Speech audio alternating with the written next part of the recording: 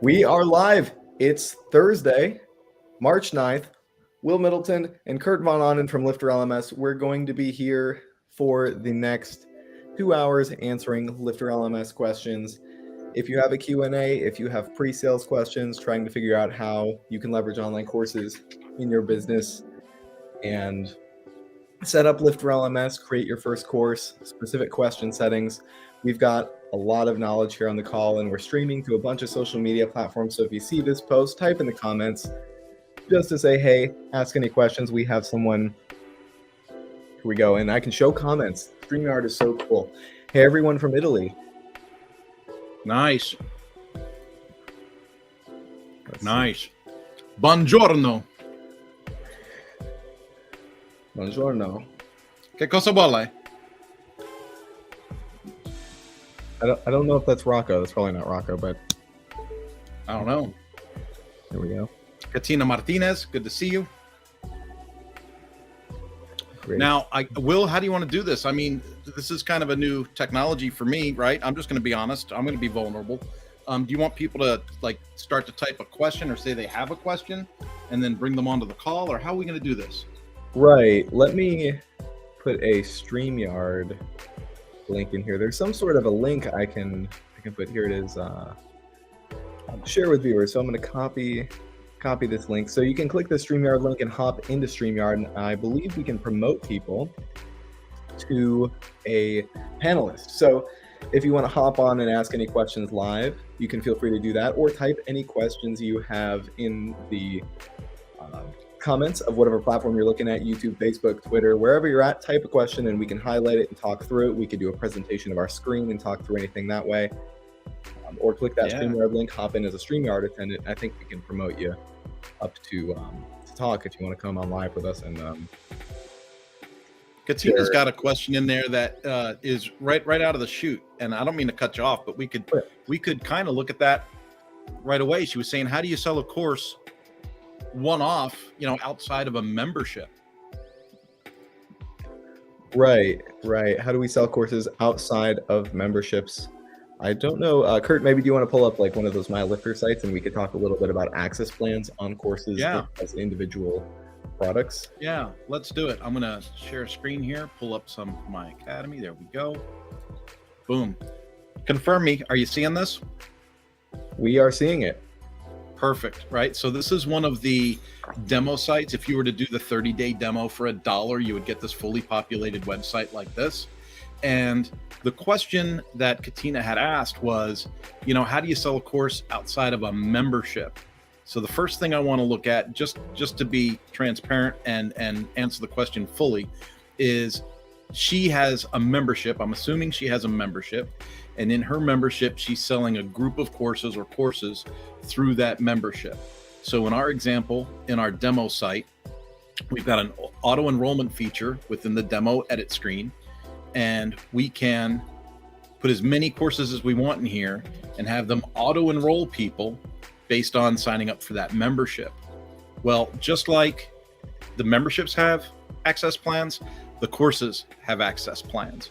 And so if I go into my list of courses, and I just made this example for doing a LinkedIn Live last week. So let's go and edit this one. So this is a course that I was making as an example. If I wanted to make an access plan for this specifically, I can add new. Let me move my charcuterie board so I don't stick my elbow in a bucket of cheese. And let's say we'll hear sample for Katina. Sample for Katina. Doesn't need a plan. We'll say buy from her now would be my button words, right? It's a visible plan. And let's say she wants to sell that course for $100. She can do it as a one-time payment, right? And then save. I'm waiting for it to finish updating up here. And if I go back to preview this,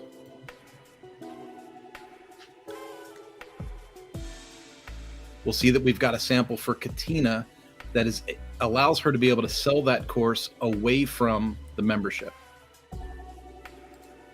Awesome. Yeah, so that creates sort of a setup where you can just buy access to this course individually. Courses and memberships have this access plan feature. And so we have Yeah. And she has a follow-up question. She says, if you set it up like that, will it still be listed in the membership? I can have an access plan that is separate, independent of membership, and I can also include the course as part of a membership bundle. So you can have multiple access plans on a course. Will, correct me, is it 6 access plans you can have? 6, yep.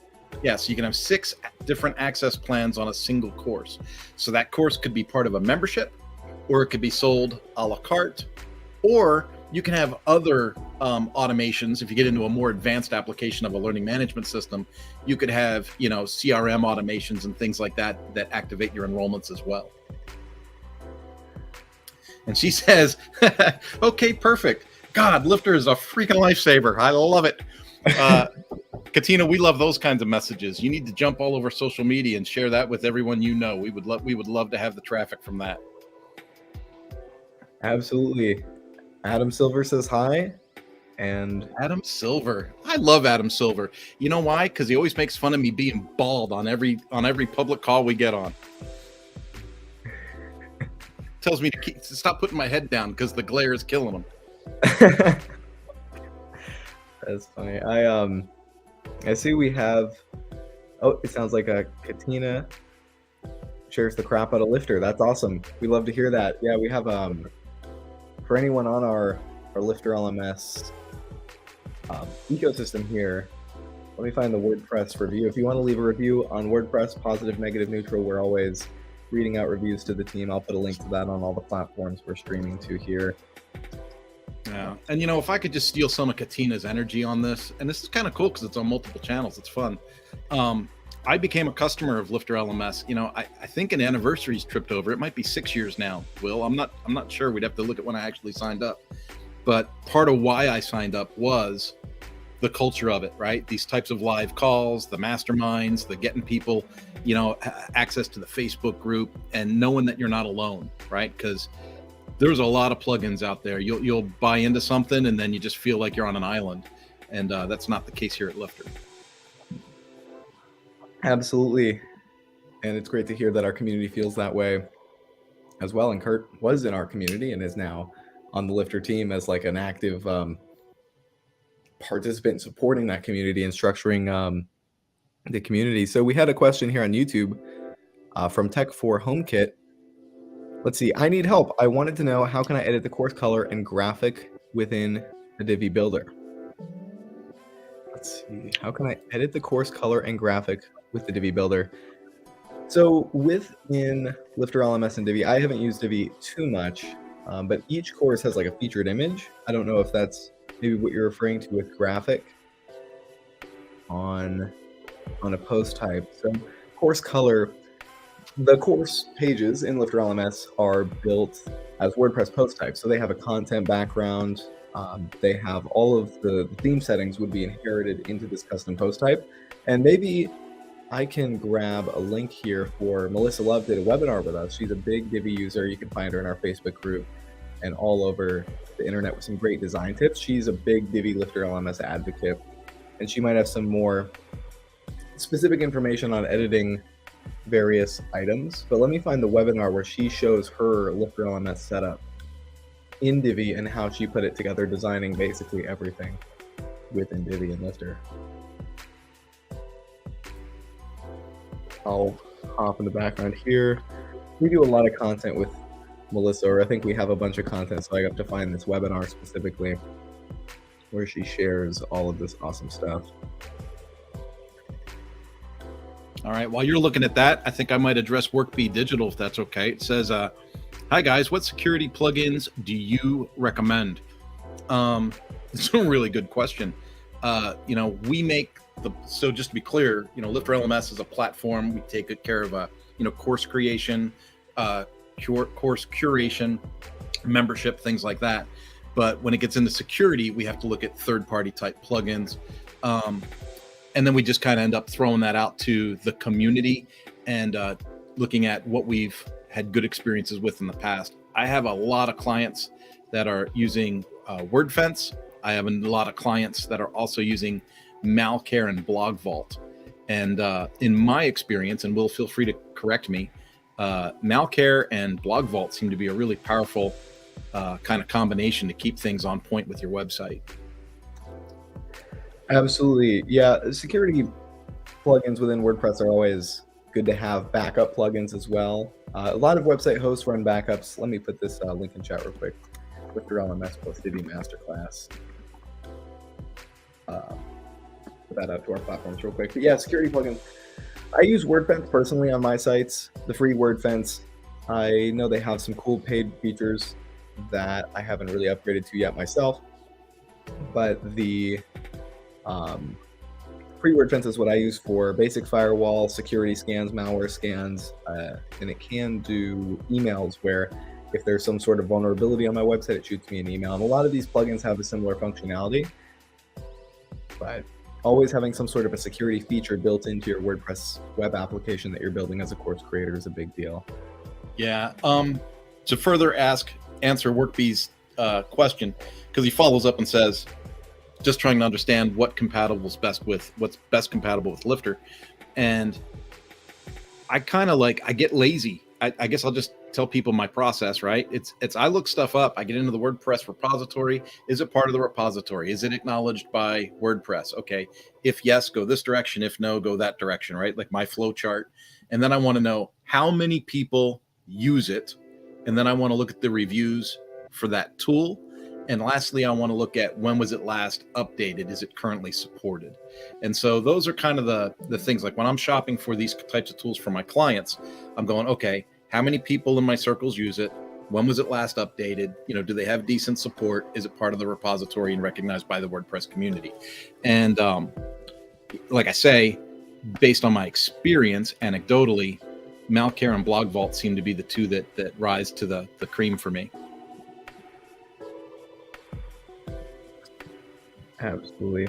That's awesome. I'm working on sending out an email right now to try to boost the call here. Usually we're on Zoom. This is our first time in StreamYard, streaming out to 9 different social media platforms. So that's actually pretty cool to be able to tie in people across YouTube, Twitter, Facebook, wherever you're at. You can kind of come into this same sort of space to ask questions. And I'm liking it so far. Let's see.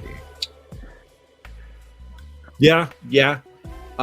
Just being transparent over our experience last week. This is killing it this week.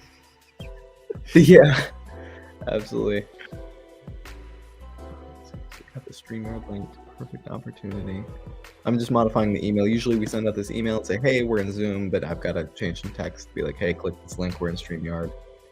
Yeah. Well, and then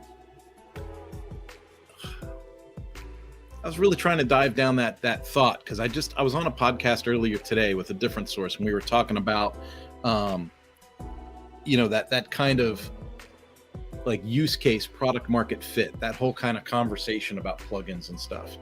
And it's like, man, there's like 60,000 WordPress plugins out there, right? So when I talk to people about how I choose a plugin for a client, it's totally different. That conversation's completely different. Like if I'm looking for myself, I'm willing to sample things. I'm willing to experiment. I want to try new tools. I want to be an early adopter. I want, like all of that stuff rises to the top for me. Mm-hmm.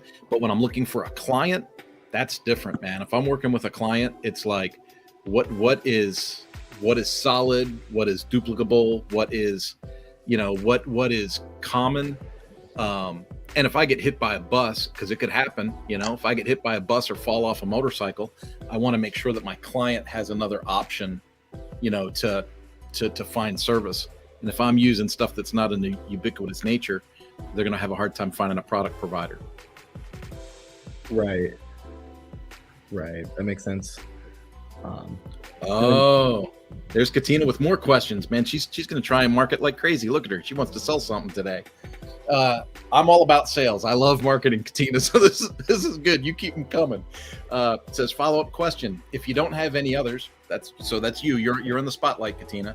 It says, how do you add separate sales pages with one? It says with one, of course, that is still tied to a membership. So when you're in LifterLMS, remember you can have the course page for unenrolled people you for unenrolled people, you can have it go to a sales page instead of the actual course page. I use that tool a lot. So what I'll do is I'll build, a unique page inside WordPress and make that like my lead generation page. It might have, a contact form for people to fill in and a link, or maybe a direct purchase link, because you can have the direct purchase link come off of your access plan. And I'll run that lead page like that. And so if someone tries to go to the course page, but they're not an enrolled user, it's going to force them to that sales page instead, right?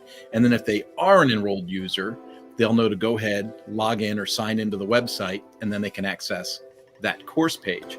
And so that's a really good way to use the membership tools to either force people to a sales page or to the course page. When you use that strategy, what's really cool about that is then your course page can kind of become a community page. You can be like, in there, your text can be like, hey, welcome back to the course. It's great to have you, especially if you're like embedding live sessions or something into your lessons. You can make it more like a community message in the course page, whereas the sales content is on that external page. Because once they make the purchase, the communication's different, right? The message is different. Right. That makes sense. And we'll probably have some time here, so we could probably come back to that question and break out a demo of what that might look like. And we see from Katina here, I'm getting on my website membership set up with all the foundational stuff included in the membership. And the pieces, so we're trying to set up kind of the individual pieces there. I've got, and you know what? Let's go ahead and show it, dude. I still have that. I still have the demo up. Oh, nice. Let me go ahead and, so we were right in this course earlier. And if we go into edit the course,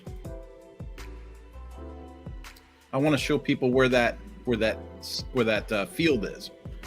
So if you come down here where it says right in here, so here's your course options, right? Sales page, general, restrictions, reviews, and then depending on what you have added to your website, you get different options here. But sales page content, customize the content displayed to visitors. So display the default course content. In my example, that's this stuff right here, right? That's on my course page. But if I click on this, I can say show custom content, restrict WordPress page, or redirect to a custom URL. So what I can do is I can redirect somebody to something completely else. Like if I'm using ClickFunnels or something like that that's off the site, you can do that. If you want to be inside your own WordPress page, which is what I do, I put a lead page inside my site and then link to that. Or you can show custom content, which actually opens up a different editor right inside here. Are you, can you move your mouse? I think we're looking at what I see is a kind of a frozen screen. We see the access plans, but maybe, let me go here. Is it it's frozen for real? How far did you guys get? Well, we can still see sales page content right here at the top of your access plan section. Okay, so it's not moving now? Not moving now. Let's stop sharing. And let's go back and reopen a share. Maybe it was on a window instead of a tab. Maybe it was on a tab instead of a window. Oh yeah, share that makes screen. sense. Share screen. And I'll go to window. And that way anything that comes up in there. So now we've got an infinity screen now, right? Yep. And then in edit course, are you seeing? There we go. So you're seeing this move now? We're seeing it move. It looks like it was the tab, like you said. Okay, so yeah, my apologies. So across the top, like I said, you'll have the options that you've added to your website, but typically you're going to see sales page, general, and restrictions through LifterLMS. That custom sales page content is located here where it says, typically it's going to say, show the default content. So the default content is all the stuff that's at the top of my edit course page. If I go down to show custom content, that opens up a new edit screen right here where I can put in custom content that'll be displayed instead of the course content. Or I can make a whole page inside my site and link to that page. And then you just select the page that you want to connect to, right? Or you can link to an external URL. So like I said, like ClickFunnels or something like that, you could link directly to that. Everyone's use case is completely different. So Lifter does its best to be super, super flexible in how you apply it. And then I'm going to leave this set to display course content. And so this is a dynamic feature. If someone is enrolled in the course, they're going to see this content. If someone is not enrolled, for that course, they're going to see whatever it is you've redirected them to. I hope that helps. Absolutely. We have mind blown in the chat. Yeah, that's a super cool feature. There's all kinds of these features kind of buried in the LifterLMS interface. There's like a thank you page redirect, which is a redirect you can set on your access plan. Whenever someone completes a purchase, they can be redirected to a custom URL. And what we just took a look at was different. It was a sales page redirect where if they're not enrolled, they get redirected somewhere else. All kinds of interesting and intricate features you can work with to kind of build really highly customized user experience. I am in the middle of building a WASP product, Will, and I don't want to use this to sell my own stuff, but just to talk about this feature. So in my WASP product, people will make a purchase. They're going to subscribe to this product, right? And at the end, they need to give me information so I can build the product for them. Like how many pages, so do you have an existing URL? Do you need to buy a URL? What's your IP address? Bam, bam, bam. So I created the form in my CRM tool, right? Embedded that into a separate page. So the redirect on that, so there's different access plans because I'm using the membership tool as my sales tool. And so do people want to buy, do they want to do it yourself example? Click here, you got access. Do they want a custom club level, set it up for you experience? Click this one. And after each one, the redirect goes to a separate form that gets the information I need to provide the service after they've purchased it. Interesting. So this is a form that they would fill out, like external kind of Lifter? What's that? Oh, is this kind of a form that would be external of Lifter, or is this like a WP form, a gravity form, or what is that form that they fill out? Well, I re-upped with Groundhog. Oh, okay. So at the risk of sounding like a commercial here, I re-upped with Groundhog. Groundhog is a CRM tool that is in the back of my WordPress website. So I use a strategy on a lot of my projects where I like everything to come from the same root URL. I like everything to be in my site. So I have Groundhog as my CRM and my funnel machine. It also makes my appointments. It's my appointment generator, like a Calendly. And then it integrates with LifterLMS. And of course, I use Stripe as my payment gateway. So it creates everything inside the website to work well. So that form goes to a page within my own website that then triggers some automations through Groundhog to get me to take certain actions and set things up for customers. And I turned off the lo-fi because Kitchen Sink Dude was like, dude, I'm not loving the music. Yeah. Now, if it gets boring in here, we'll have to turn some smooth jazz on. I wonder, we can add custom music. We could add the LMS Cast intro, acoustic cinematic dance pop. Katina wants to know if I can share my website. Yeah. I hesitate because I'm going to release that product next week. I want to make sure that I am available. I've had some personal issues which are going to take me out for the next few days. So I will do that launch early next week, and you will see the opportunity to participate in that if you choose. Awesome. My normal website is mañananomas.com, but that website, I'll be honest with you, that's been there for a while. It's kind of a hot mess. Oh, but my kurtvonahnen.com site, that one I just put up, and I enjoy that one because I used a lot of the AI images that we were generating and having fun with on the team. And then I just put in a free course there as a lead generator for how to grow your LinkedIn audience. And I'm getting some pretty good flow on that one. Awesome. Did you see the thumbnail that I put on this event with AI images? I did. Oh, there it is. It's happening now. Yeah. So Katina, what I'll do for you here is I'll do a screen share, and I'll go in and I'll pull up just a couple of the sites that I use it on. And the reason that I'm doing this for you is because each site and it has a completely different look and feel. Like this one has some pop-ups. It gives people lead magnets. This one has a free digital planner. This one sells a book that I wrote. I have another one that's in the motorcycle industry. And this one is a super, super niche down training site. If you've ever had your car get worked on or your motorcycle get worked on, let's see if we can get the internet to work there. There we go. This one is specifically for teaching service writers and service managers how to sell service work. So I coach motorcycle dealerships on how to increase their parts and labor sales. And so this website is mainly flashy with lots of animation and what I think are vivid pictures to try and lure motorcycle dealership owners into that space. And then I give them membership options. You are familiar with how you have the membership page where all of your memberships are out. And I chose to do a kind of a different pricing strategy to give it a different look. So this is a custom kind of like membership page. And then each of these hot links right to the access plan link so people can sign up right away. Okay.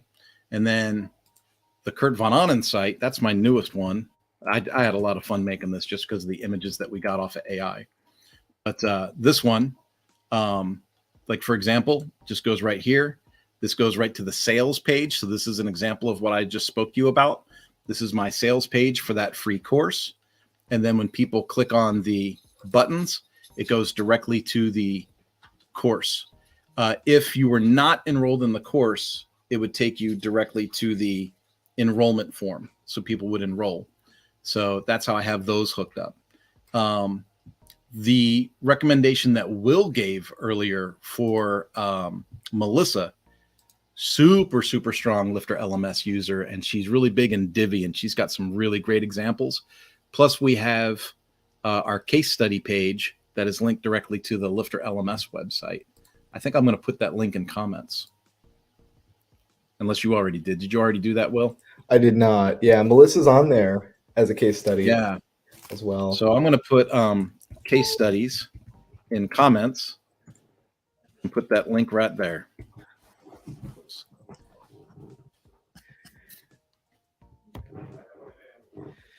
And it is official. Adam, just think WP wants to be Kurt when he grows up. I love this guy. You know what? I think at the next WordPress event that him and I are at, we have to go have an adult beverage together and just chill. I think that'll be a hoot. Maybe we could make a podcast episode after a couple of beers. I think that's the only way to make a podcast episode. All right, I'm going to check out the link. Oh yeah, seeing things, seeing demo sites. That's what we were talking about earlier today. I'm actually in North Carolina right now. Chris and Kim from Lifter are going to get seafood, fried seafood. They'll be coming back with that soon. And Jason is out there on the phone doing some work. So this is where I show off my charcuterie board. This is what I snack on during the call. Yeah, the charcuterie boards that Kurt makes are real awesome. We've got to sell those as physical products, shrink wrap them, and ship them across the U.S. Oh, no way. Adam's in North Carolina. Oh, you that's guys awesome. can go meet on the beach. Yeah, we're in Wrightsville Beach. And yeah, that was something we were going to do. Yeah, that's what we were supposed to do last night, is go into Metric and try to find customers in North Carolina near Wrightsville Beach. Yeah, that'd be awesome. Let's see.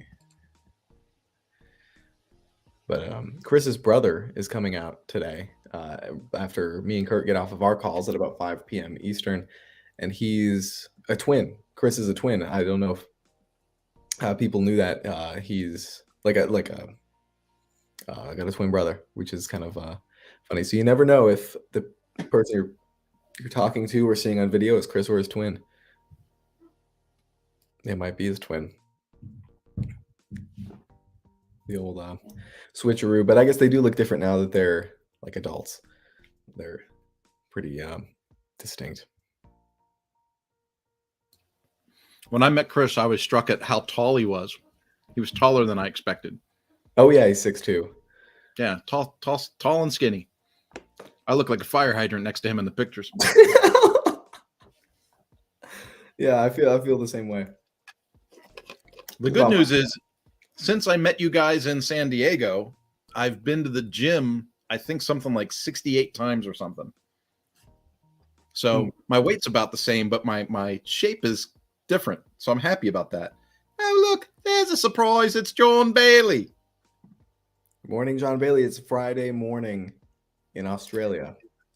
John's a great customer of ours, comes to us from Australia. I always get you don't sound tall. You don't sound tall. How does a tall person sound? You're listening to Smooth Jazz. Let's see. Trying to see if we have like a decent photo I could airdrop to my computer. The problem with being that tall, Adam, is that, shorts always look like short shorts. You got a lot of legs sticking out. See, a guy like me, I look like I'm wearing basketball shorts everywhere I go. Yeah, me too. Let's see. Well, how fast do people drive in North Carolina? Because 143 miles, that might just be, an hour and a half. Yeah. When you get closer to I guess the coast, you have to there's a lot more traffic lights and bridges that go up and down for boats and all this kind of stuff. But the interstate, I drove 6.5 hours, probably a 7-hour drive when I stop and get Subway and go to the bathroom and all this kind of stuff. So a 7-hour trip for me from around Atlanta, Georgia, to get here. But yeah, it was 450 miles. Wow. We do have a question. Tate wants to know if we're taking questions. So we're taking questions. Absolutely. It says, I'm wondering how to make a user be able only to create and view vouchers. Now, creating a voucher, you have to have a certain role to create a voucher, right? Right. Yeah. I don't know of a third-party automation to use, like a WP Fusion or something that would generate a voucher. Is that right? Is that an option? Well, we could create a the challenge with that is that there's a field on the voucher form that asks you to select which courses and memberships that you would enroll the user into when they use this voucher. So that's kind of the main challenge with creating an automation to do it. But with that question about creating a user role that only has permissions to create vouchers, we can do that. Let me install in the background here. There's that user role plugin that I always struggle to find. But I could install that on my sample site here, user role editor, and see what I can do. It's got the penguin on it. But yeah, if a couple seconds in the background here, I'll set up a demo site. I guess I could just use one of the ones in the repo here pretty easily. Let me present. I'd like to present my screen, present my window, Chrome window. The infinite issue. Cool. Can you see my WordPress plugins, Kurt? Yes, I can. Sweet. So is it Publish Press? Any of these would probably do. Let's just install the Publish Press. I think that one sounds right to me. I think they might have changed this. Oh, yeah, it is. That penguin in the background. The penguin used to be up front, and it used to be very distinct, but it's in the background. They're trying to hide it from me. Yeah, and I was just about to ask Tate about his use case, but he put it in for us, which is awesome. He says he wants a sales representative to be able to sell packages of vouchers. This is a perfect example of how to do this. So you'll have not just any user, but a specific user that'll have a separate role that'll be able to activate this function. Right. And this capabilities is the new feature that this plugin unlocks, Publish Press user capabilities. So if I jump over here to my capabilities tab, there's a lot going on the page, but what we see here in the upper left corner is this is the subscriber role, and these are the capabilities that user has. And so you could create your own user role. I believe we can do that if we roles. If I go to capabilities roles, I can add a new role. This role will be called salesperson. We will create that role. Can I edit here? No. We'll just create the role real quick. And now that this role is created, if I jump over to my capabilities tab and I switch to salesperson, now we can define the capabilities that a salesperson has. So they should be able to edit vouchers. I think vouchers are one of these types we can work with. We got orders. I've never actually set up a role like this before. Live and learn, baby. Live and learn. Live and learn. It might not be on here because I know LMS managers definitely can. Let's see where are vouchers at. So we don't want them to be able to use these items. Can I search filter capability? No results under additional capabilities. Editing,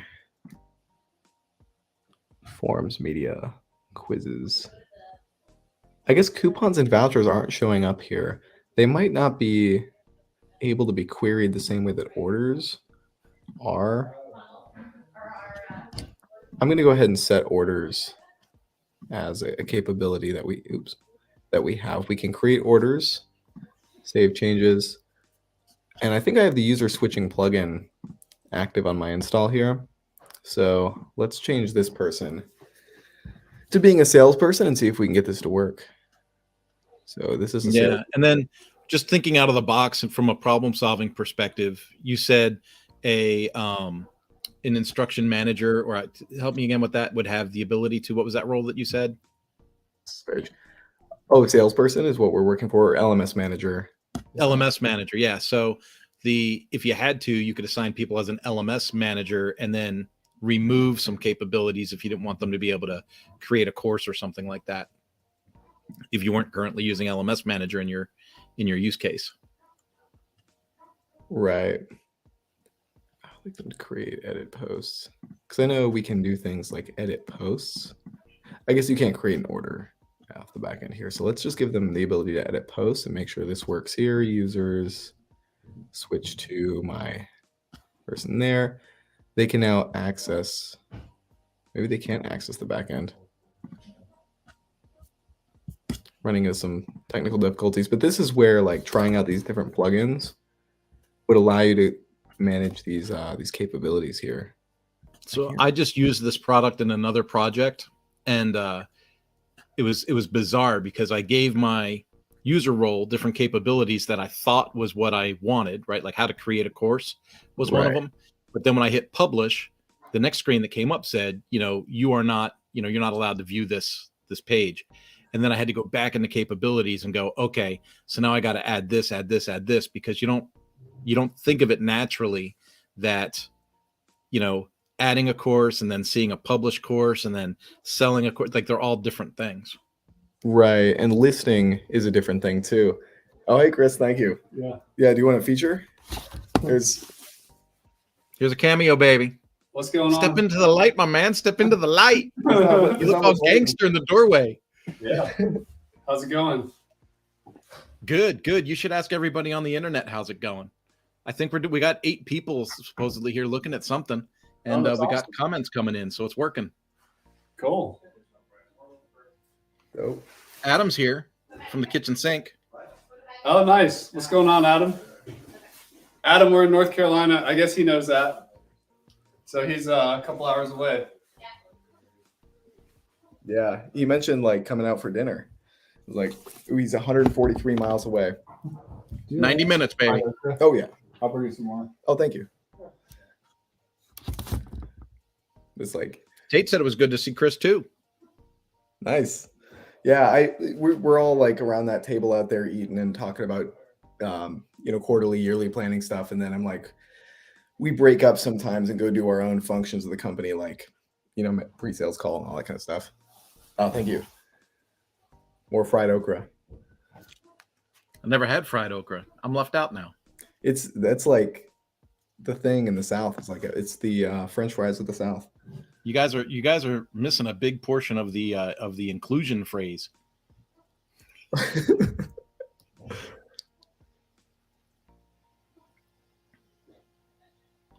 Here we go. So yeah, let me jump back over to the user capabilities and figure this out with some of these. Like a dog with a bone, he's going to keep going.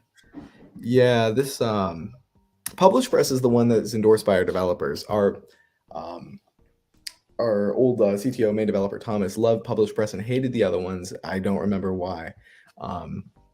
So let me see if I can crack that one.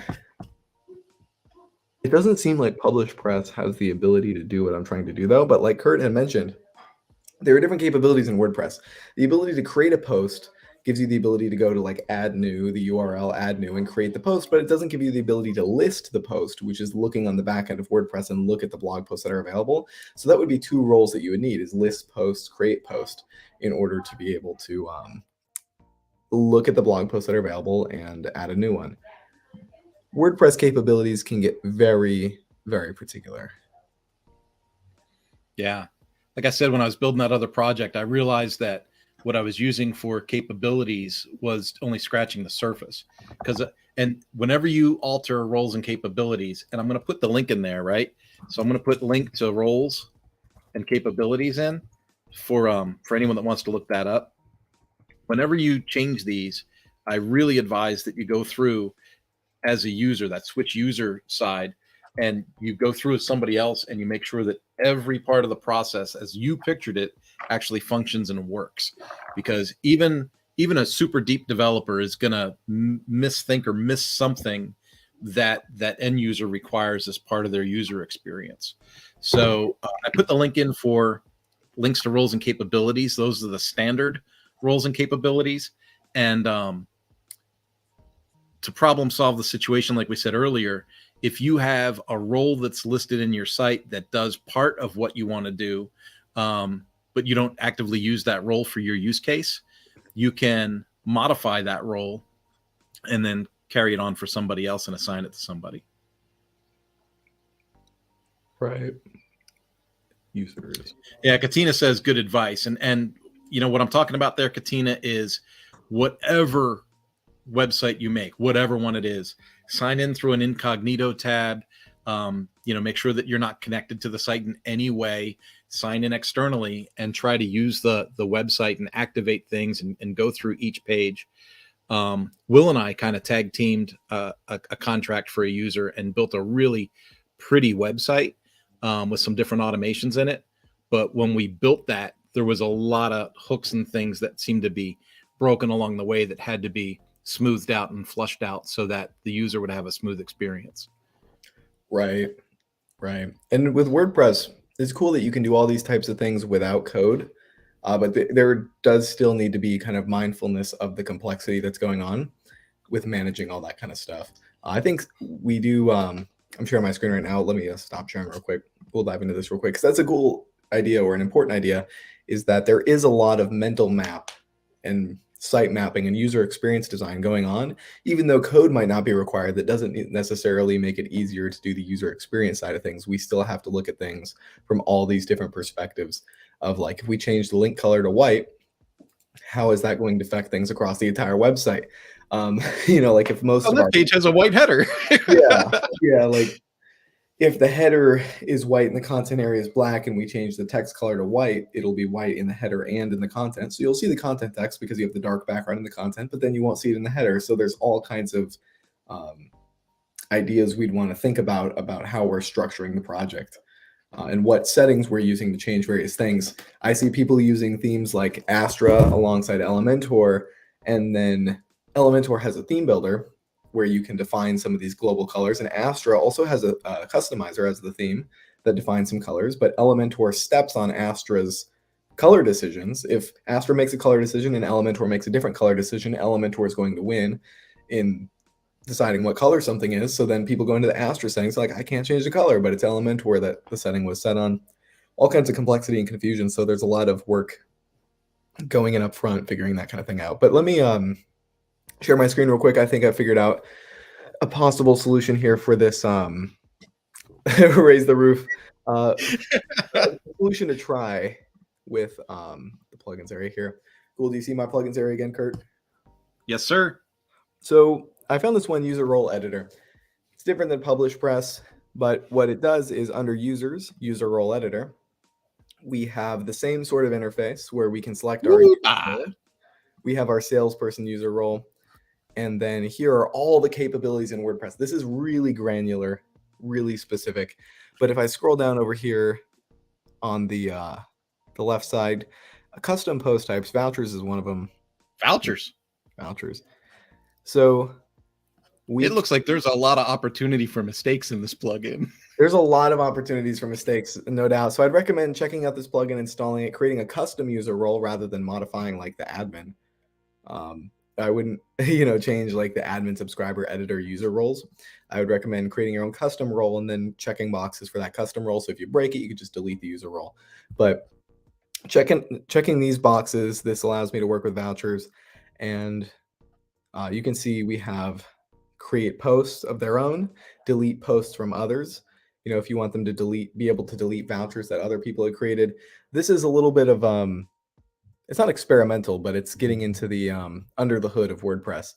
So proceed with caution when creating your user role, but if you create a custom role and play around with checking some of these boxes, switching to that user role and seeing if it works the way you want it to, you'll be able to build a solution that will create that outcome for you. And I think too many plugins, doesn't it slow down the website? Yeah, so any amount of plugins you add in WordPress will slow down the website, adding more functionality and stuff like that. With this sort of plugin, the scripts are only going to be loaded on the back end to create these user roles, but different things are going to load different assets in various places, different plugins, different themes. So any functionality that you add to the website will have a cost to the speed of the website. But then, of course, you're kind of making a decision of, is this functionality worth this functionality sacrifice? Can we upgrade the web hosting? And really being minimalistic is generally the way to go, as minimalistic as you can with plugins. That's what we always recommend. And when I see websites that have 60 to 100 plugins, I kind of cringe. I'm like, okay, you're having an issue on your website. Let's check out your plugins list. And I see 60 to 100, my stomach sinks. I'm just like, oh, okay.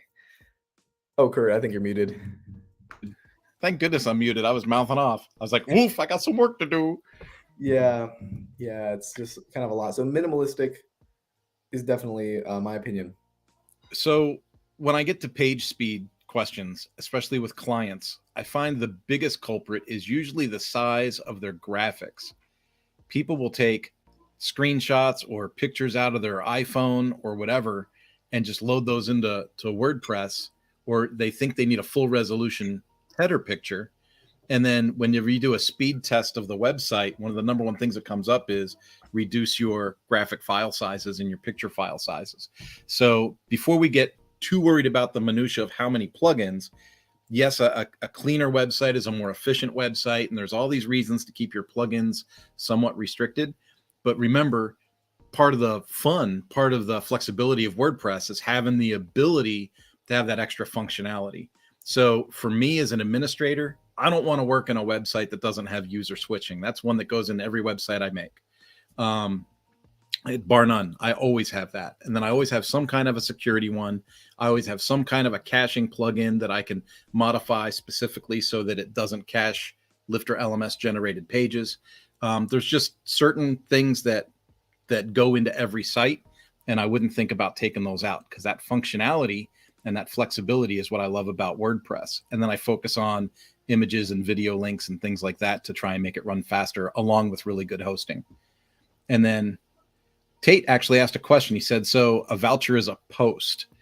And yeah, so basically everything in WordPress is either going to be a post or a page, right? And then, so anything that you see that's like a voucher or a calendar input, or, all these different plugins that you have working in your website, they're generally making custom post types and then running those differently in the database as a custom post type. Absolutely, yeah. We say the word post, and most people think of blog posts because WordPress calls those posts. But WordPress, everything is a post type: a page, a post, a blog post, a lesson, a voucher, an order. It's creating all of these post types. It's just basically an item in the database that has data associated with it. And so there's a lot that can go into a post. Like one of the fields on the order post type would be like the date the order was created, the amount of the transaction, and all kinds of other items you see are just fields of that post. And so that's really cool way that WordPress kind of breaks down. And we did have a question. This is from our email support rather than in the queue here. But it's a good question. I think, Kurt, you have probably a good answer to this with your experience. Is multi-site. Does LifterLMS work with multi-sites? What is a multi-site in WordPress, and how does that work with Lifter? Will, do I have your permission to speak for a little bit on this? Oh, yeah, for sure. All right. So I experimented myself with multi-site, and I had a really, really good experience using Lifter in a multi-site environment. Keep in mind that I was using the Infinity plan. I have, unlimited installations available with the Infinity bundle. And so there was no conflict about, well, my multi-site could generate 100 sites and I wouldn't have to worry about any kind of licensing or any kind of weird issues, right? So I say that, but in our knowledge base is an article or a post that says that certain parts of multi-site are not friendly with LifterLMS. So some people could be a little tentative to work on that or work in that environment. I think, and I'm just gonna say it out loud. I'm gonna say my thoughts out loud. I think that's just because multi-site can get complex, can get confusing, and we didn't want to put ourselves in the position of like having to be responsible for someone's, behemoth project if they ran into a snafu. And that's just being blunt and transparent and honest. We're not a huge team. And so, we, with a little bit of caution, I think we approached that subject. But I used it myself in a multi-site project, and it worked really, really, really well. The other thing that I've been looking at, though, in terms of multi-site, because you have to understand your use case and what you're really using multi-site for. So in my example of using multi-site, I created a platform where I had one site that was selling subscriptions to the sub-sites. And when someone bought a subscription on the main site, it generated that sub-site, but the user had the choice of like 5 templates that I put in place. And so they could choose one of those 5 templates. And when it generated that sub-site, it was pre-populated with the template content, all the plugins were active, and everything was good to go, right? So that was the idea of using multi-site for that example. But in some examples, you just want to generate a WordPress instance with a certain installation of certain plugins, but not necessarily have all of that templated material in place or have all the interactivity done. You just want to generate an instance with the plugins. And in that kind of situation, there's a WordPress setup called multi-tenancy. And multi-tenancy works really, really well because you can manage all of the sites that tenancy generates through one dashboard, and you can update all of the plugins, and you can run everything through kind of like a dashboard for your multi-tenancy. So before you run down the multi-site path, you want to make sure what your specific use case is, and then run with that accordingly. I have a client that has about 40 multi-sites in a multi-site. They sell I don't know if I want to say it out loud. They sell big products. They sell big products like refrigerators. So it's like the company has the main page, and then every refrigerator retail store has its own sub-site inside. And so all of those sites have the same look, the same feel, the same branding, the same terms and conditions pages, things like that. And so to keep that consistency for the company, it was important that each distributor's or each retailer's website had that similar content. So that's why they went with the multi-site example. But by their own admission, having to be responsible to manage 40 sites at a time for make sure all the plugins are good and there's no conflicts and keeping the site up, that's kind of a full-time job. They have an IT person on staff that runs that. Does that make sense, Will? Absolutely.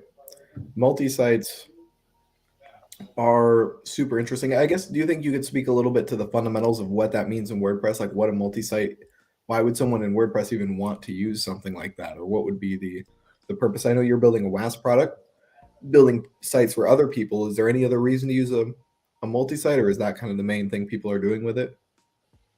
So actually in my newest WAS product, the one that I'm releasing next week, it's not a multi-site example. I'm trying something different. I'm trying to leverage kind of a hosting cloning situation. So and it's in its infancy. I might automate some things, a month down the road, 2 months down the road, a year down the road. I don't know, but for right now, it's a very much a manual process to clone and launch a new instance, right? So, and that's the way I chose to go, because I wanted each. This is kind of an important thing to think of too.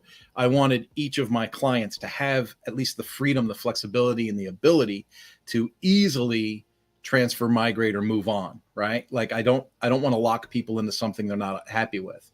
And so if I give them a killer website with great plugins and all kinds of cool stuff, and then they go, oh, well, I want to move to GridPaint, or I want to move to WP Engine or whatever, they would be able to move that easily, right?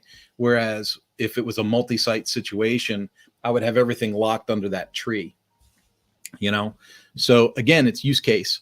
To steal out of Katina's playbook for today, a real use case for multi-site is making money, just sales, right? You can automate the process. There's a bunch of helping companies with multi-sites. I used WP Ultimo in my example, but there's that WASP Pro, right? WAASPRO, waspro.com, I think. The owner of that was on LMS Cast with Chris. And that's kind of what got me inspired to try the multi-site in the first place when I saw that podcast episode. And having those different tools available, as long as your budget supports it, can automate a lot of those processes. And that's what I was talking about earlier. It was like, if I have a community that's willing to buy that product or subscribe to that product, and I can automate the generation process and have templates ready to go for them that they can select from, my personal overhead, meaning my time, isn't greatly affected. Like I build the project, it takes hundreds of hours to build the project, but once I launch the project, if I launch it successfully and market it correctly, it can generate sales and profitability at a higher rate. Yeah. Yeah, that makes a lot of sense. And the suite of products they have over there at WASP Pro, they have all kinds of products. Yeah. I got lost, to be honest with you. I'm sorry. I just stepped right over you. You were trying to talk. Oh, you're good. But WASP Pro, when I looked at it, I was like, because I was new, I was just dipping my toes in the water. And I thought, well, this is more money than I want to spend for more toys than I know what to do with. And so that's why I went with WP Ultimo, because it was, they were having a $99 sale for the year, which was good. And it got me going, it got me launched. But in full transparency, 6 or 8 months into that project, I wish I would have gone with WASP Pro and had more of those tools and options available to add on, like custom dashboards and white labeling and stuff like that. Right. And so they have products for front end and back end, but they're targeted towards people building websites for others and the experience that they're creating as product providers of websites, primarily. Yeah. Pardon me. So I think that kind of covers the multi-site topic. I mean, you could go really crazy and go deep on like how to actually, how, your dashboard actually becomes a dashboard of all the sites, right? In WordPress. It works really well. I like it. For sure. A lot of good We stuff. are 3 past the hour, 57 minutes left to go. Yeah, there's 57 minutes left on the call. Usually we're doing this format in Zoom. I'm enjoying it in StreamYard. I think we're reaching a lot more people, and we have a channel to hit more comments coming in. So I think it's going pretty well, and I think it would be cool. We can customize these for each destination we stream to. So I might be able to tag Kurt and myself on LinkedIn. I haven't explored that yet, and do all kinds of things when we go live here to create that share. Yeah, you know what? At the risk of being too self-promoting, I'm going to put my LinkedIn link in, because I have a lot of folks that reach out to me on LinkedIn. So I just put my LinkedIn profile in the chat. I connect to a lot of folks on LinkedIn. I'm probably on LinkedIn 2 hours a day.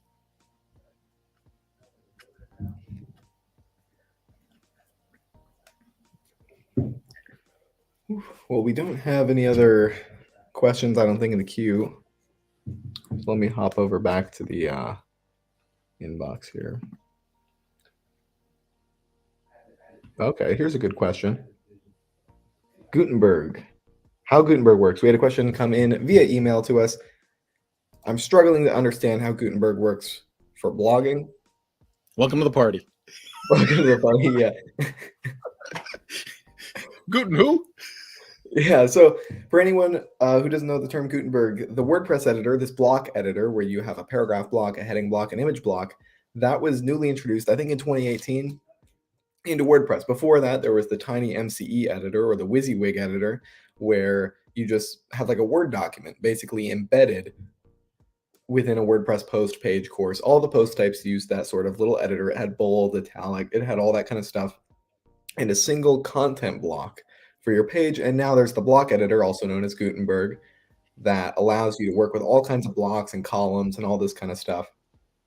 And it's kind of the WordPress vision of the way the future is going to work. Page builders became super popular.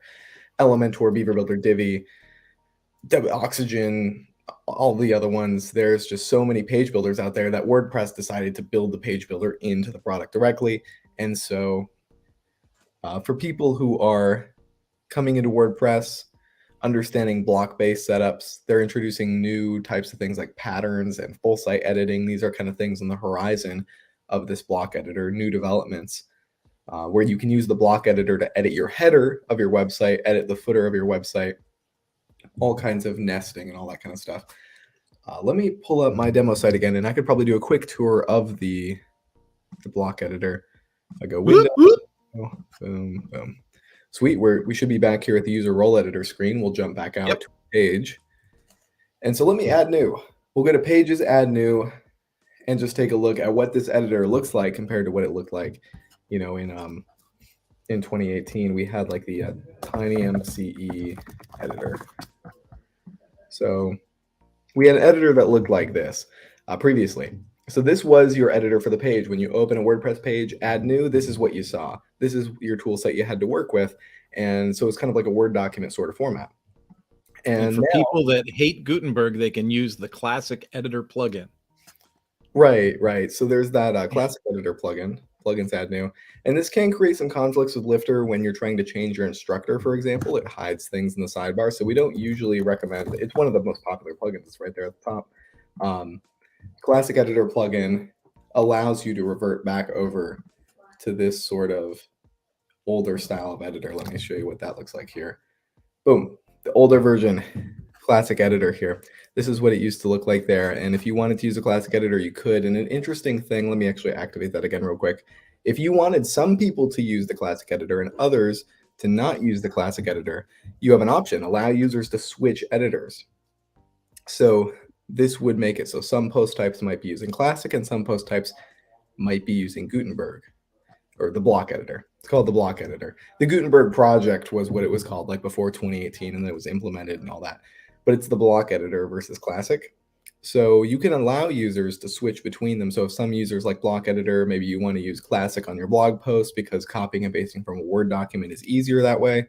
You could do that, allowing users to switch editors. That's an important feature of this plugin that most people don't know about.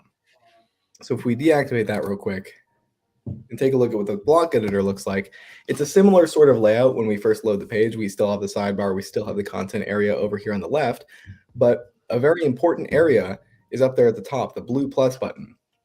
We have all kinds of options here. And I actually have a tool called Cadence Blocks installed on my website, a free plugin that gives me all these blue ones up here at the top are from Cadence Blocks. But usually in a WordPress install out of the box, you'll see these ones here, these, the black ones with paragraph heading lists. These are the general types of content that you can include within a post in WordPress. And by post, of course, we mean courses, everything that you can imagine building in WordPress, you can now do in these blocks. There's quote blocks, paragraph heading, image, tables, all kinds of interesting sort of blocks you can work with. And it's more of a feel sort of learning style where you click around, you explore the sidebar to find different settings related to this block. Over here on the right side, there's always a settings icon where you can explore settings that are created for this block, such as background colors, text color, and all kinds of options pertaining to whatever block you're editing specifically. Another good block editor tool is this list view up here at the top. The little hamburger menu shows you a breakdown of items in your page. Currently, my page only consists of a table, but if I were to maybe add like a paragraph block with some text here, and then I were to add like a heading block, suddenly my page is starting to get more complex. And this becomes especially important when you deal with things like columns. If you were to add a column layout, you could add blocks within your columns. Maybe we had like an image here, and we could also have maybe an image over here. Things start to get a little more complex in the middle. If we don't have the list view, it's like, well, what am I clicking on right now? I see a lot of people get confused. It's like, am I in the column? How do I edit the column? Do I click in the middle? It's like clicking around is really complicated. So this list view makes it really simple to see the nested layouts of exactly what's going on the page and isolate the element that you would like to edit a little bit easier. So I'm a big advocate for list view. Kurt, I don't know if have you been using list view when you're using that Gutenberg tool, the block editor? Yeah, the last 3 projects that I've built, I specifically on purpose did not activate my Elementor, even though I am an Elementor fan, and I'm trying to force myself to use Gutenberg and at least be knowledgeable, for clients. My biggest obstacle, in full transparency, is you were showing the columns and then you were showing content in those columns. Yeah. Like when you go into a template, you want to adjust a template, it'll have a column and a column. So it'll be like a picture and words, right? But this picture is like, it's up at the top and it's off to the side, or it's off over here. And then your text is here, and you're going, well, I want to make these even and center them. And in Elementor, I could use the space tool. I could, jump into the column and reset the vertical alignment and do all kinds of stuff. But I noticed in Gutenberg, in the block editor, you have to use the features on the right side menu to try and adjust things, and I get a little bit lost. Right. And what you had mentioned about spacing isn't even possible without CSS right now, or cadence blocks. So like what Kurt's talking about here is we have a column layout, and maybe let me go to the media library and put something in here. This will be, we'll just use a regular picture. So for example, my picture now is over all the way to the left-hand side of this block. But if we wanted it to be center aligned, we might have to do something like that. But then there was the question about vertical alignment. Like, how do we vertically align this element? There aren't really options over here. And by vertical align, let me explain what I mean here. If I go to the media library and maybe put in a taller image, do we have any vertical? These are mostly going to be horizontal. Ooh. That works though. So if I were to publish this page and then view my page, what we'll notice is that these are aligned up here at the top. They're top aligned. And so this is the vertical alignment, is maybe this image, we want it to be more like here on the center. I think that's what you're talking about, Kurt, right? Where it's like you don't want it right there. You want it kind of in the middle here. Yeah. I want the freedom to be able to move an image around. Right. And that makes sense. And in Elementor, there's an option for like vertical align middle, and it'll just put it right in the middle. But if you're not using cadence blocks, which allows you to use padding options, you might have to give your item here a CSS class under advanced here. If you were to give it a class and call it like picture. If I gave my item the picture class, I would then have to come do some custom CSS to fix this. So now this item has should have class picture on it. Oop, let me fix this up a little bit, make some space. Decoding async, do we have class WP image is another one. I thought I could put picture on here. Let me see. If I were to put some custom CSS on here, picture.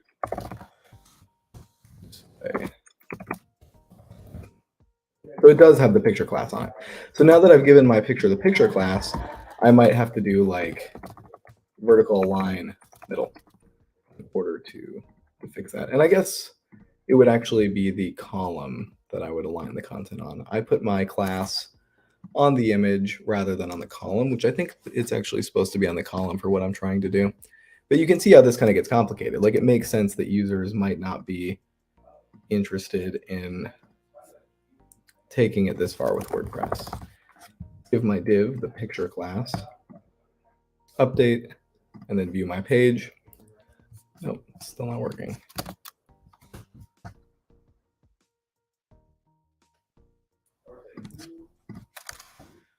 Now I'm interested in playing around with CSS, so I'll figure it out.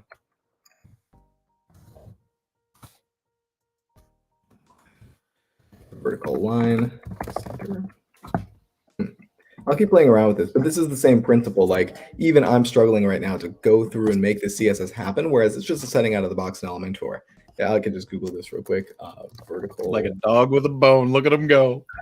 Line element. Yes.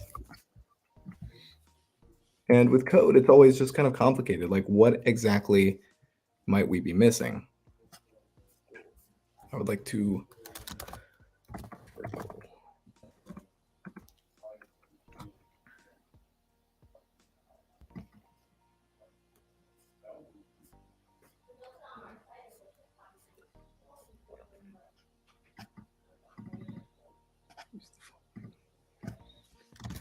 Display.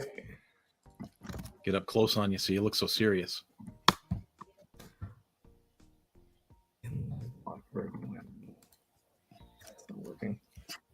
I like the wide shot. That way you can see how nice my shop is in the background. It is nice. I like the wide shot because it makes it harder to see me eating shrimp while I'm on the pre-sales call.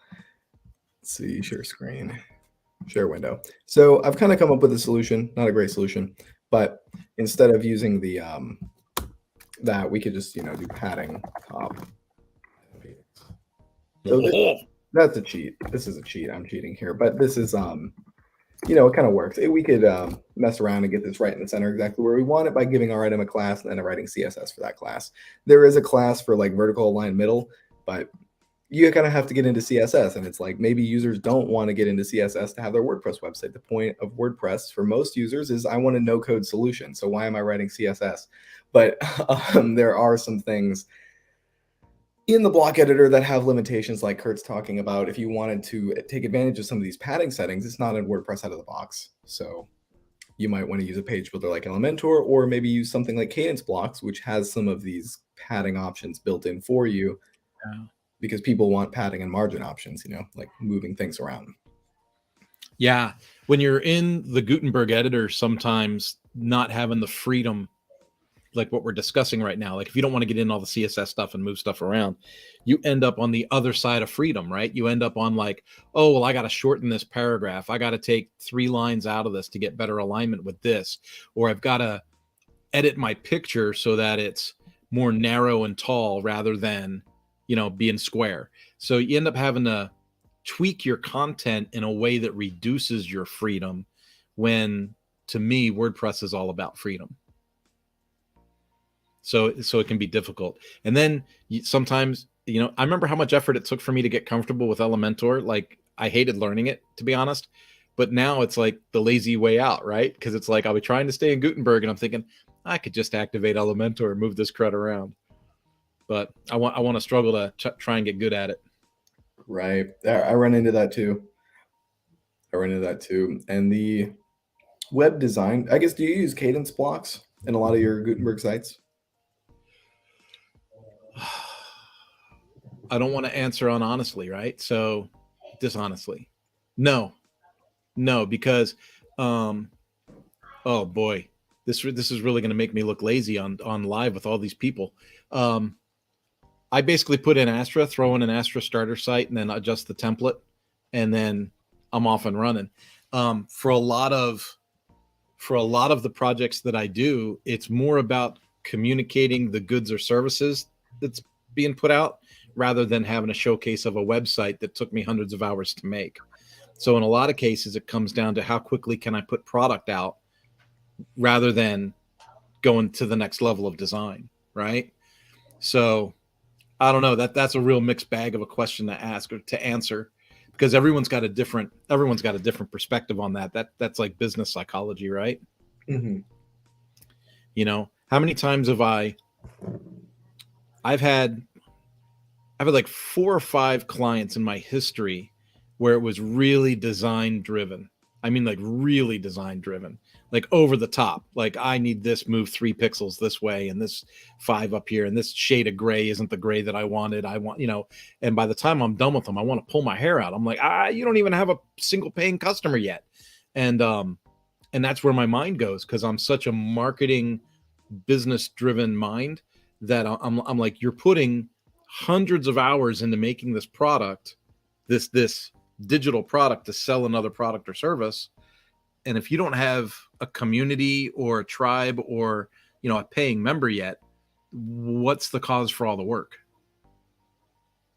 I would much rather get something launched and then tweak it down the road than overcommit and then fail at the launch. That makes sense. I kind of want to show a sneak preview of something. This is new for us. This is like somewhat Lifter internal. But sneak preview of the lifetime deal. Lifetime deal. That's actually, Chris posted about that on Facebook earlier. Yeah, the lifetime deal.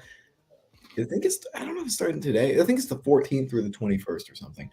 Don't quote me on that. Something around there, 15th to 21st. It's going to be coming out. You'll see things on social media that we'll be posting all about that to anyone watching. But check this out. This is actually pretty cool to me. This is something I'm excited about, super excited about, related to design. This is the prototype we're working on for the new LifterLMS homepage, like on our website, our personal website, for selling the product. And I just like, this is awesome to me. With all the cool stuff. I haven't even explored this very much. Like, is the pricing page changed? No, that's the old pricing page. Yeah. Oh, this is actually linking to LifterLMS.com. Let me go here. There we go. Like, that just looks so cool to me. With all of the gray space. There's team there. There's the team. Stellar support.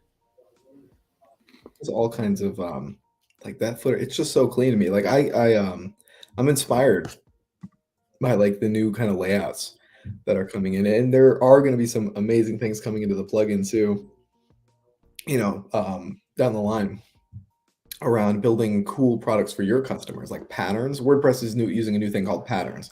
We just demonstrated the block tool, the WordPress block editor. There's a new feature in that thing called patterns, where you can import like a bunch of blocks that are already styled up. Like Kurt was talking about, the starter websites. These are awesome websites where you can just get a whole website out of the box and then edit it from there. These patterns are similar, where you can get different parts of pages that are all styled up and really awesome graphic design stuff. And so that's a really awesome thing that Kim on our team is spending a lot of time with, is the design. We don't have like, I don't think we've ever had a dedicated design member of the LifterLMS team, and now we do. So there's some cool developments happening with that add like pizzazz or style or like the visual intrigue. It sounds silly to say it, right? Because I say I'm a function person over a design person, but when you install the latest update of Lifter, because I just did a Lifter install yesterday, and then you go to, you know, the add-on screen, add-ons and more, and it's all redesigned. It's all those template pages in the back end are, they're much more modern looking. They're smoother, rounder, more engaging. It's, you know, a lot of the icons and the delivery in the back end have a higher level of consistency than they had before, and they're more vibrant. And I'm certainly not talking bad about the development of the product earlier in its lifespan, but like Will said, when you see the changes happening right before your eyes, you know, release, and you're seeing all these things happen, you're like, man, this is cool. Like how modern and cutting edge is this thing going to be in 18 months, 24 months, things like that. It's pretty cool. Absolutely. And to your point, dude, I don't know if we've ever had a contest. Maybe we should have a contest to see who could make a WordPress powered template website the quickest. but I think I've got it down to something like 14 minutes, man, of installing a WordPress instance, putting in Lifter, putting in a starter template on top of my theme, right?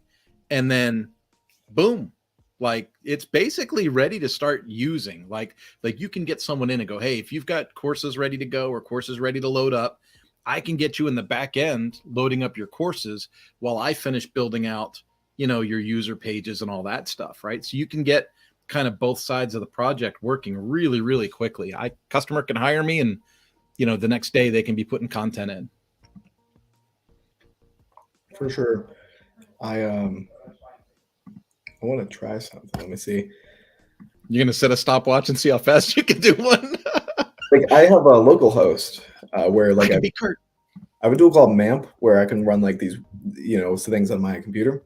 I'm just like thinking like, what would I have to do to make a new one of these puppies? We just basically install WordPress, create a new SQL directory. I'm thinking like through in my mind, like sensitive information, like there's no sensitive information in this process, right? Because it's all on my local machine. You can't access this. Like anyone on the internet who I show, like that's my username and password. Yeah, but you have to have my local machine in order to do this. Yeah, I put in local from WP Engine like a month or two ago. I was in a WordPress meetup and they were using it and they were helping someone install it. And I thought, you know what? I'm just going to do what they're doing. So I installed local, and what a cool tool, man. Like, you're like, I'm going to launch a site. Boom. I'm going to put these plugins in. Boom. You're like, and it's all right here. This is cool. Yeah. Yeah, really. It's super neat. And when I'm building client websites, I do the speed run thing. I'm like, I'm going to see how fast I can do this.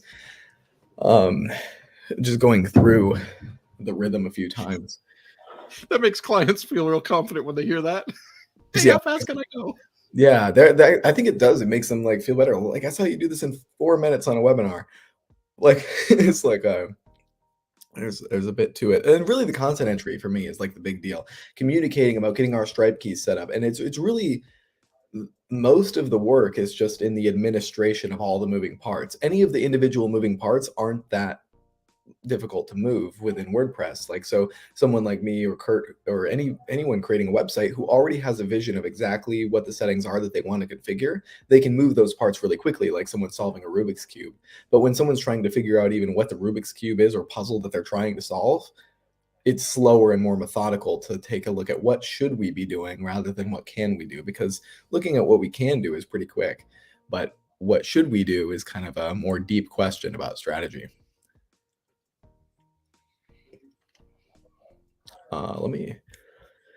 Just seeing if I have like, I don't want to reveal passwords or anything. Finder.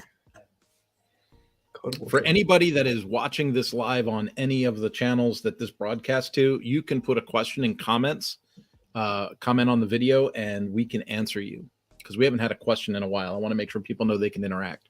Absolutely, absolutely. Let me share a picture real quick too. This is something I pulled up earlier and I didn't actually share. We dove into some other items. Where's my window? Oh, share. I'm still getting used to StreamYard myself. This is a cool little picture from a couple days ago. This is when I first got here. We walked out. The beach is like over there. We were just hanging out. So that's kind of a fun picture. PM Pro and Lifter team. I got the PM shirt on. I got a StreamYard tip for you. Yeah. Instead of hitting stop screen, just click on the thumbnail and you like you just did. You just did that. Yeah, the remove. Yeah. That way it's always there. It's quicker just to go to it.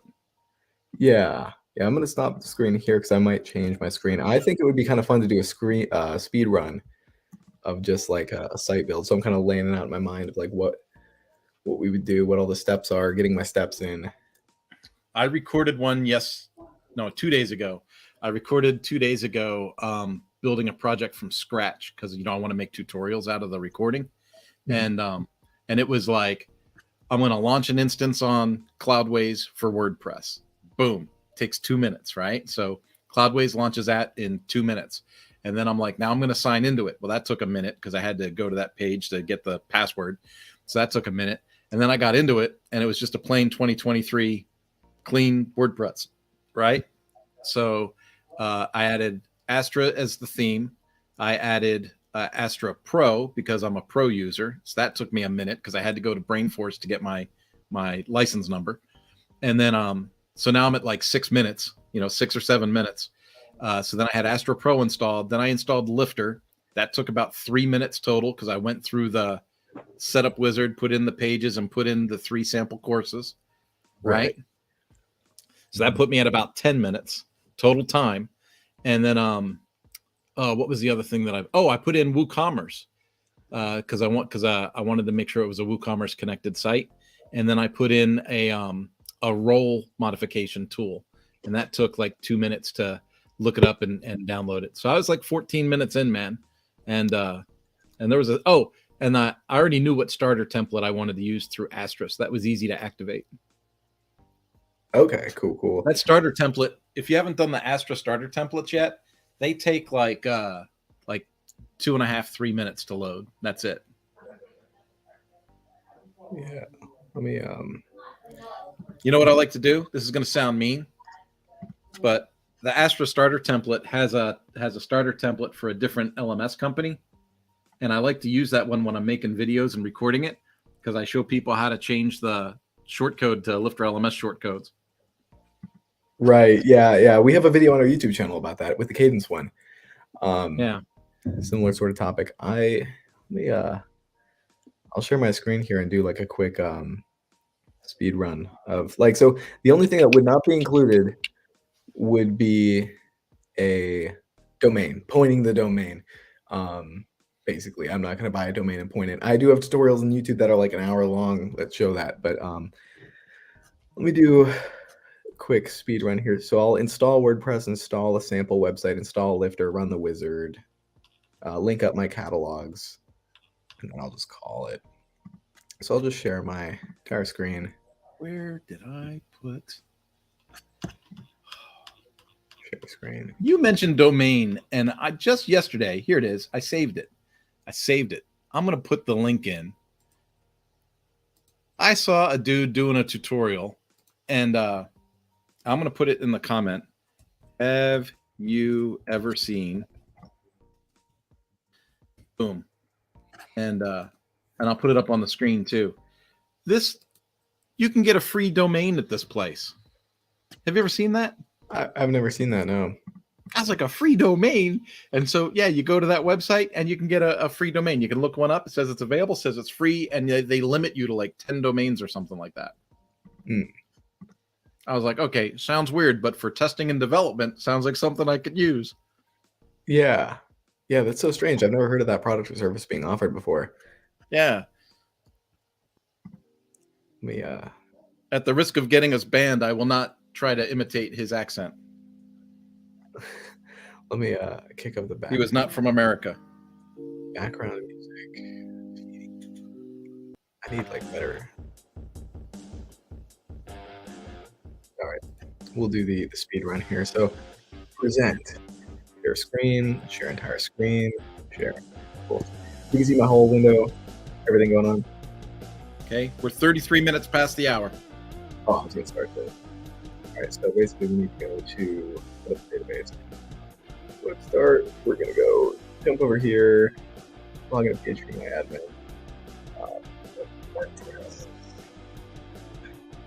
Download WordPress. Download the zip file. That. Then we'll make a new database table. This will be because that's created. So now I can go to folder. You go to applications, map, HT docs, make a new website thing. Basically, yeah, I guess I have WordPress here already. I don't really need that folder. I don't know what I'm doing. This is kind of just off the cuff. There's my wheel test folder. So now we can hop over here, reload, get wheel test. Yeah, it's going to set up my WordPress. Let's go. The database name, I think it's this. Root. Installation. All right. Test.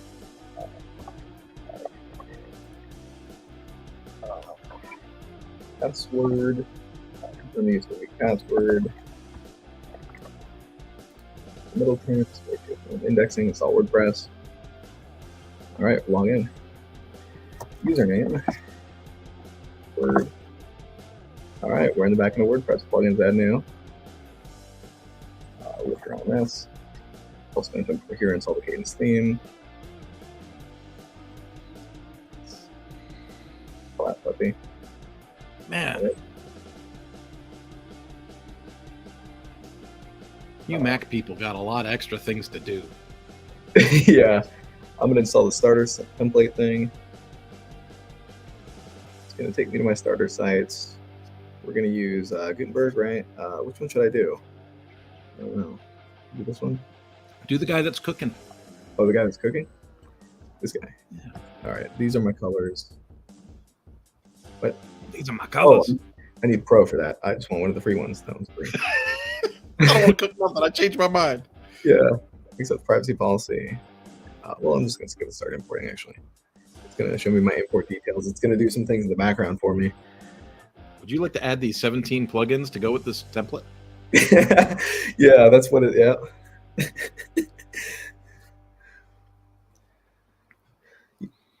See, this is your time killer right here, man. You were doing great, and all of a sudden, boom. Hurry up and wait. Right. I don't want to run the Lifter setup wizard while this is running because I don't know if that's going to mess it up. But that would be a test for a real sort of speed run. So let's activate Lifter now. We're at 3 minutes. Get started now. The setup wizard looks really cool now. It's going to create this.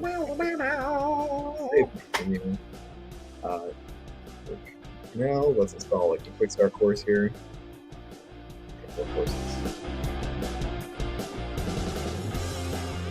Now I'm going to need to like link this up, so I would need to go like. Let's see back. I have like a. Trying to make it exciting. Play the music louder.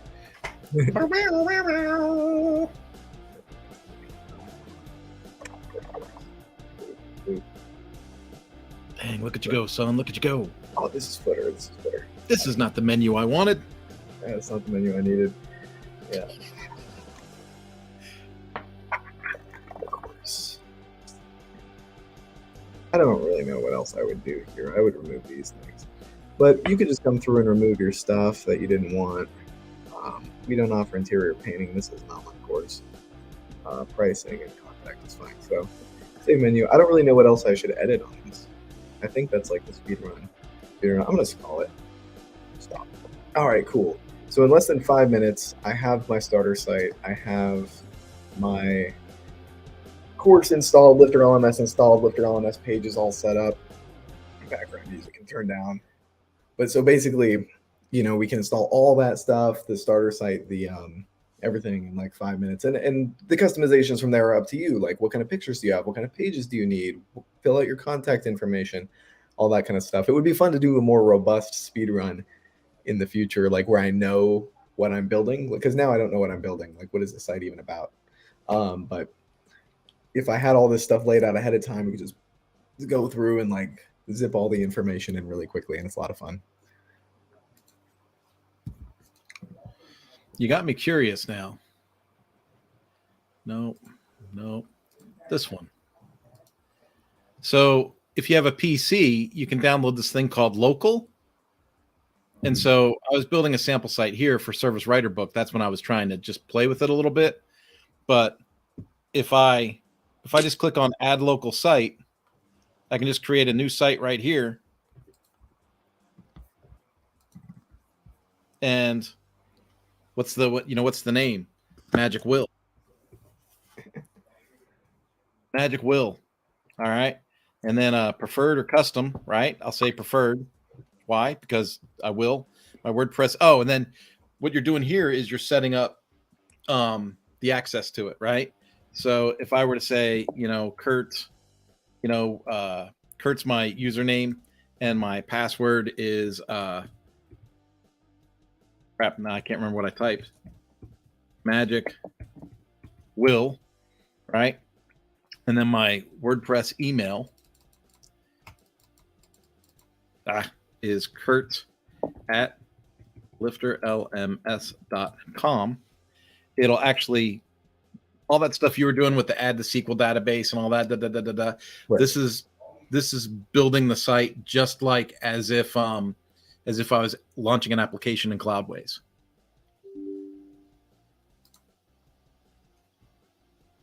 Yeah, and usually, like, this is kind of doing a setup wizard, which is running that stuff that I was doing. And when you have a website host and you do install WordPress, it's going to go create a database for you and hook it up and all that kind of stuff. Sorry, go ahead. Oh, I was going to say, so there it is right now populating, and it's doing the SQL database and adding all the stuff and all that clicking around you were doing.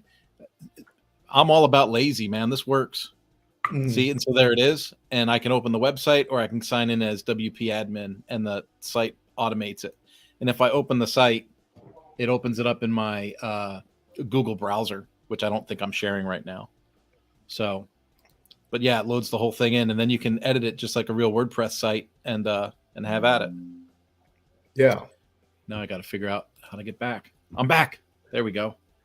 And so for people who build and maintain websites for others, these local tools like the one Kurt showed there is super, super valuable, especially when building a client website, right? Because you can build the site and own the site and then deliver the site after the bills are paid. Like that's the type of thing that like we run into building websites is maybe you get part of the half up front, half at the end, and then maybe you don't get the second payment, but you were building it on their server, so you really don't control it. Whereas like I've heard that from so many freelancers who are like, I build it all on my local.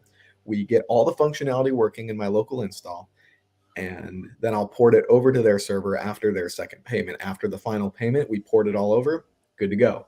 But that's kind of an interesting thing for freelancers and agencies out there who are starting up is it's really important to own, if you're building a site from scratch, to own the server that the website is on, so you can make sure that you're kind of in control of the project. And I do a lot of consulting and coaching with people in WordPress on their server, so they'll just hire me hourly to hop in Zoom, and we just go through answering really any questions they have around Lifter, WP Fusion, the entire ecosystem of stuff going on.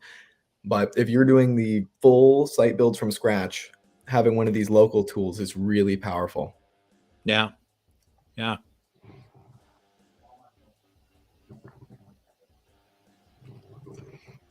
How's that shrimp?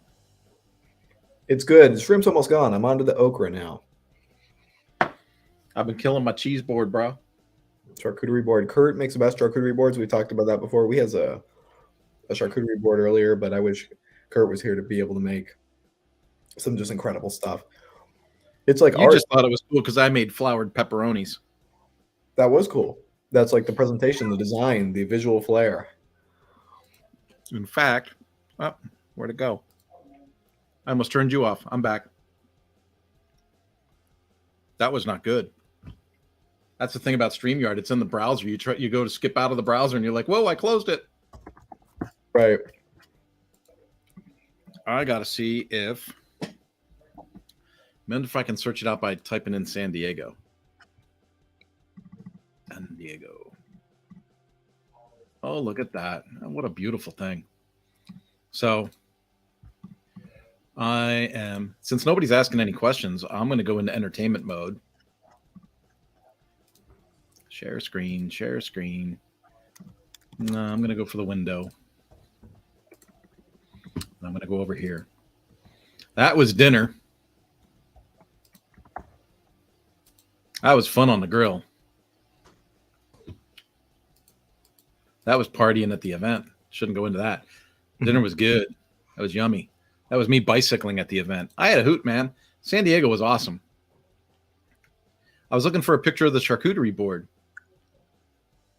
It was cool because it was a Lifter official. Right. It was before this. Oh, no, because it was after this. There's the leftovers of it. There it is. Yeah. There's one there. There we go. There it is. The LifterLMS charcuterie board. That was good stuff, man. Good stuff. I had a good time. Yeah. That was an awesome time. And the Airbnb was amazing too. It was good all the way around, man. It was I got to say, man, Lifter is first class all the way. I was not expecting the red carpet treatment that Chris and the team put forth. Mm-hmm. Any food we wanted, any drink we wanted, designated driver to get us to and from events. Right.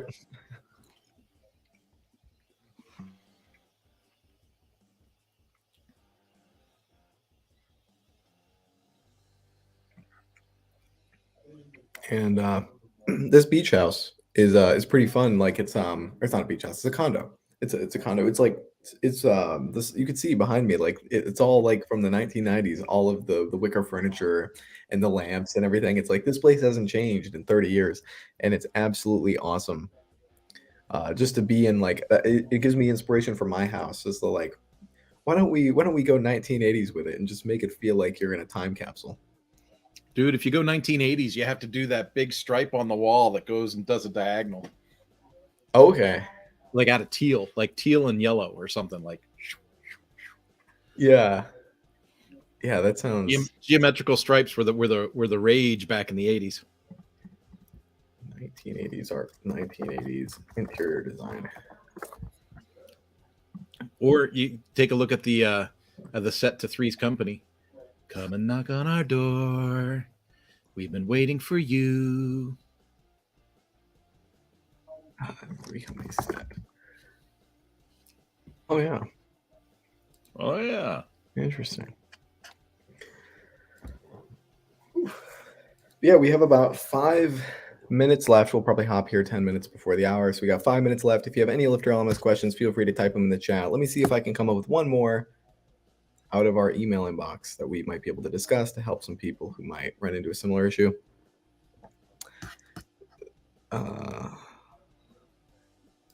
Assigned to me. These are billing questions.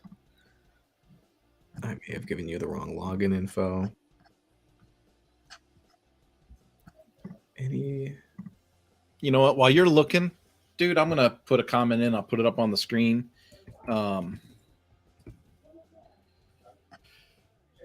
Fully populated.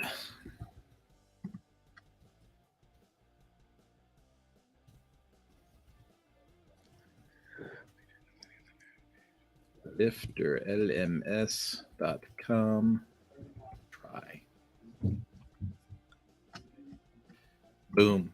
So if you see me and Will playing with that demo site and you'd like to try a demo site of your own, it comes fully populated. All the add-ons are in it. It's got the content already buried in it. You can go ahead and try that at lifterlms.com/try. You get access to it for 30 days for a single $1. And to me, it's one of the best tools that we have to give people an extended view of something that's already set up. So you don't have to spend 2 weeks trying to figure out how it works. It's already set up. Now you just kind of look at it in use and go, does this meet your use case? Which of these tools do you think that you need to employ? Do you need social learning? Do you need groups? Do you need advanced quizzes? All of that is in the demo. And so you get to kind of experiment with it and see what matches your specific case.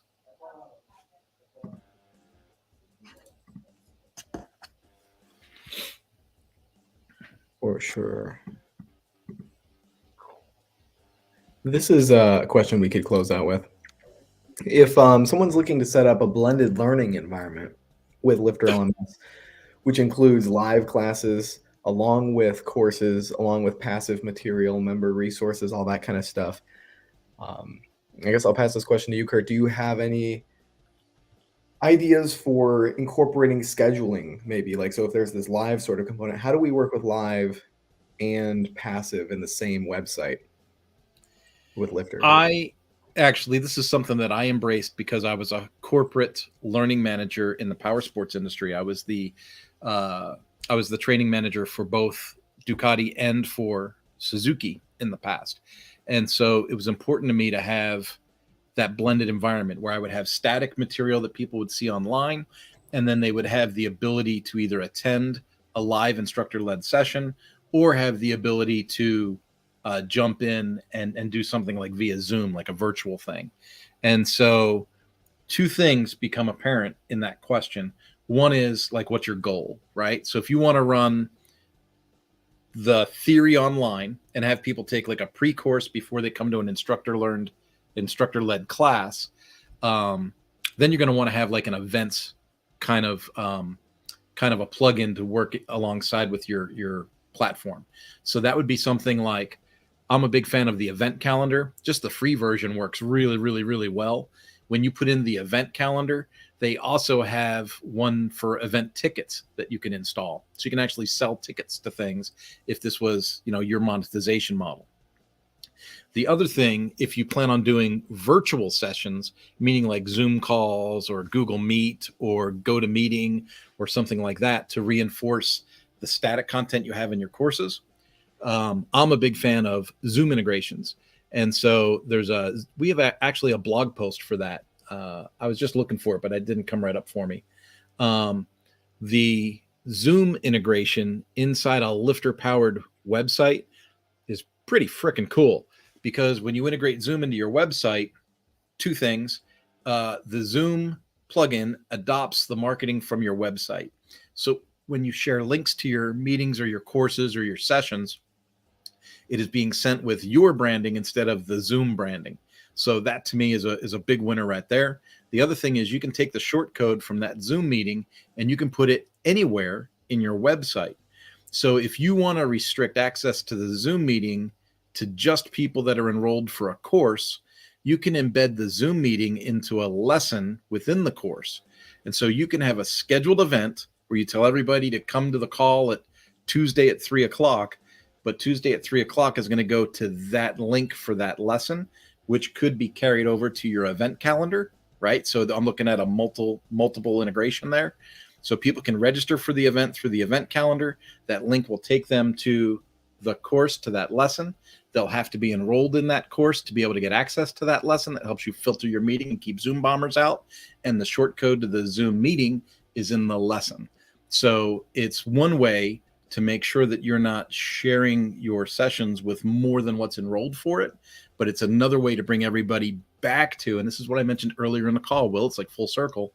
Everything is in your website. It's all on one root URL, and it gives you a much more uniformed appearance or the perception that you're more capable maybe than what is reality.